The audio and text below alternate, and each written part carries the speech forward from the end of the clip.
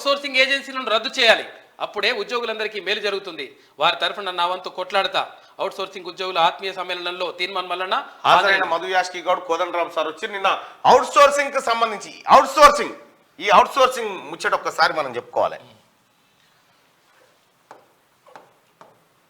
Out sourcing అని చెప్పి ఇప్పుడు గాంధీ దవాఖానా, ఎంజిఎం, ఉస్మానియా, ఇట్లా ఈ దవాఖానాల సెక్యూరిటీ గార్డులు వాళ్ళు వీళ్ళు ఉన్నారు కదా, వివిధ శాఖలలో పనిచేసే వాళ్ళు ఉన్నారు కదా. వీళ్ళని ఏం చేసినంటే వీళ్ళు ప్రభుత్వం కేసీఆర్ ఏం చేసిందంటే అన్ని డిపార్ట్మెంట్లలో ఉన్నారు వీళ్ళు. అవుట్ సోర్స్ ఏజెన్సీ అని పెట్టిండు.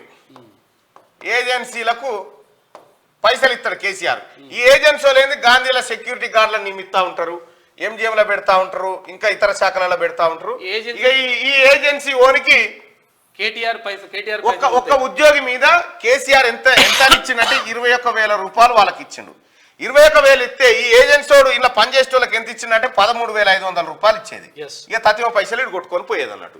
ఈ ఏజెన్సీలు ఎవరి అంటే మొత్తం కేటీఆర్ బినామీలే. కేటీఆర్ అనేటువంటి వారి బినామీలే ఈ ఏజెన్సీలన్నీ.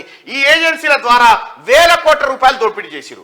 ఇప్పుడు ఈ ఏజెన్సీలో పనిచేస్తున్నటువంటి కార్మికులు, ఉద్యోగస్తులు ఏమంటారంటే ఈ ఏజెన్సీ వ్యవస్థను రద్దు చేస్తే నేరుగా 21,000 మాకే వస్తుంది కదా అని ఒక మంచి డిమాండ్ లేవనెత్తిరు. ఇక్కడ ఏజెన్సీ అనేది రద్దు అయిపోతే నేరుగా వీళ్ళకి 21,000 రూపాయలు భారం ప్రభుత్వం మీద పడకుండా చేరుతుంది. వాడు అజమాయిషి, అనవసరమైన అజమాయిషి లేకుండా. మళ్ళీ ఈ ఏజెన్సీడు సార్ మా జీతం వాడు ఎప్పుడు ఇస్తాడో తెలియదు, 3 నెలలకు 4 నెలలకు. ఈ ఏజెన్సీడు కనుక లేకపోతే నేరుగా వాళ్ళ 5,000 రూపాయల జీతం పెరుగుతుంది వాళ్ళకి వట్టిగానే, పిఎఫ్లు కట్టగా. తర్వాత కాక గతంలో ఏం చెప్పిండు కేసీఆర్?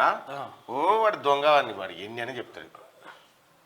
అన్నీ అవుతాదే. కాంట్రాక్ట్ ముఖ్యమంత్రి పెట్టరా అని అన్నాడు గతంలో. ఇప్పుడు కాంట్రాక్టర్ ముఖ్యమంత్రివే.